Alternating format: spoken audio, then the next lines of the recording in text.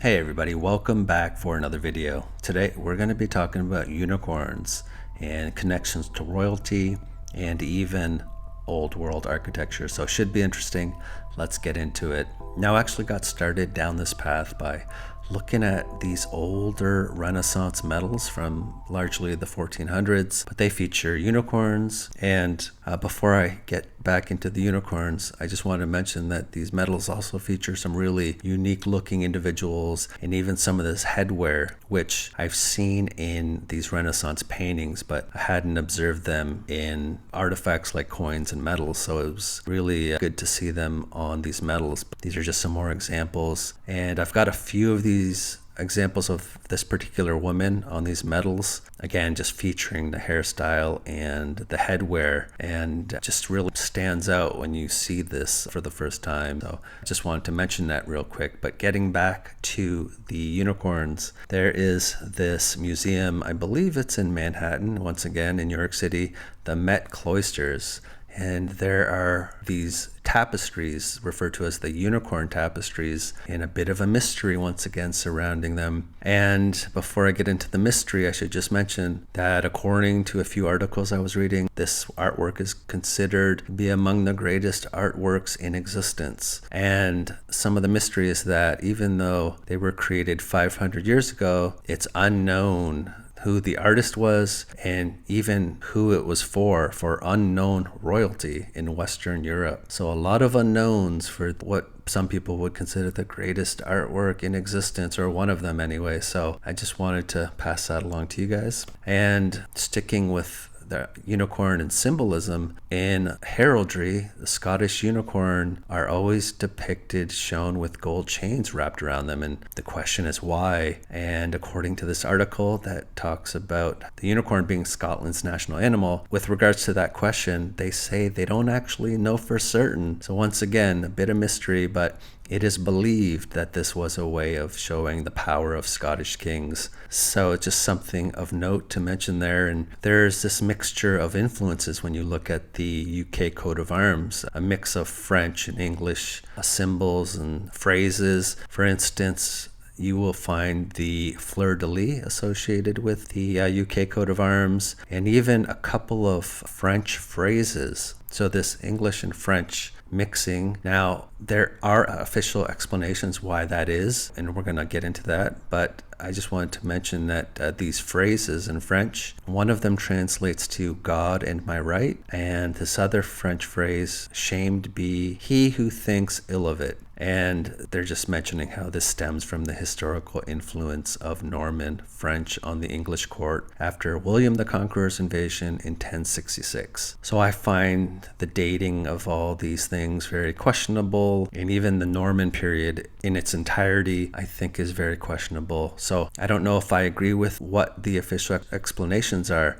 but I just wanted to share them. And I just wanted to bring this up because if our history is actually different, then maybe there are actually different explanations for this mixing. And this is going to become a bigger issue as I get further into the video. There's this particular structure, once again, in Manhattan that features this structure called the Red House, which I think might be one of these old world structures. And what is of note is that it is a mixture of English and French Renaissance styles. And it even says in this write-up talking about this location called the Red House that it feels more like Elizabethan manor house. So if indeed this is an old world structure and it's older than they're telling us, and there's a mixture of English and French styles, so maybe the history was a bit different than we're being led to believe. And on this structure you will even find again the crown salamander, which is linked to the French king, King Francis I.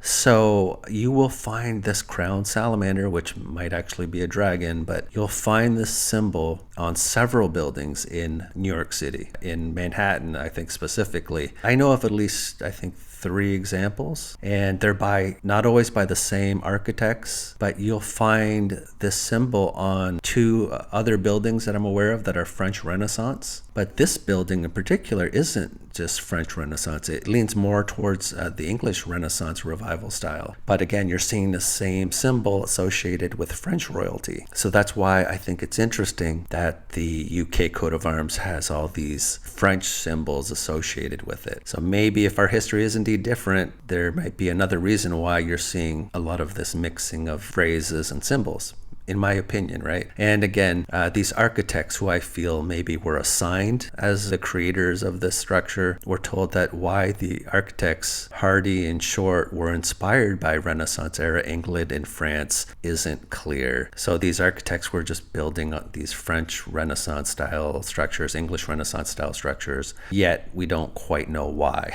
And I think it's because maybe they didn't actually have a part in it. So that's just my opinion. But, getting back to the unicorn, we can find other structures once again in Manhattan, the one-time headquarters of the Royal Insurance Company, and there is a unicorn and this clock. And I don't think in this example this unicorn is chained, but there are plenty of symbols associated with royalty on this particular structure. And what I noticed, a lot of these old world structures, they tend to use a lot of terracotta, this architectural terracotta, but I don't think this unicorn is chained in this particular example. But I just wanted to mention it because it features a unicorn. And on this structure as well, a lot of these lion heads on the third floor. And I think I've got a depiction here featuring these lions. So again, lions, unicorns, and these symbols, they are prominent on a lot of structures, old world structures like the fleur-de-lis, lions, crowns, and I do think some of the histories that we're given are incorrect. So that's why I find this stuff very interesting. What else I wanted to mention here is that there is just outside of New York City in the city of Yonkers, I've talked about this place, Untermeyer Park and Gardens, and there is this old gate which features this unicorn and lion once again, and at some point it got decapitated. But there are a lot of these symbols that we associate with royalty and coats of arms scattered throughout this area and associated with these mansions. And I wanted to point out that Untermeyer Park and Gardens, it's minutes away from this other state, Lenoir Preserve, which I think there were 2 mansions on this site. Now I think there's 1, and it's next to this other estate called Alder Manor. But there's this wall that features a lot of these coats of arms, and a lot of these places feature coats of arms and things you would associate with royalty, yet the history seems a bit different. So just wanted to mention that here at the end, that I think there's more going on with the history in this area, and just really fascinating stuff to me anyway. So just wanted to share some of that with you guys, and I want to give a big shout out to my channel members. Thank you for all your help and support, greatly appreciated, as well as my patrons. Thank you as well for everything that you do. It's also greatly appreciated. So with that being said, until next time, take care. Bye.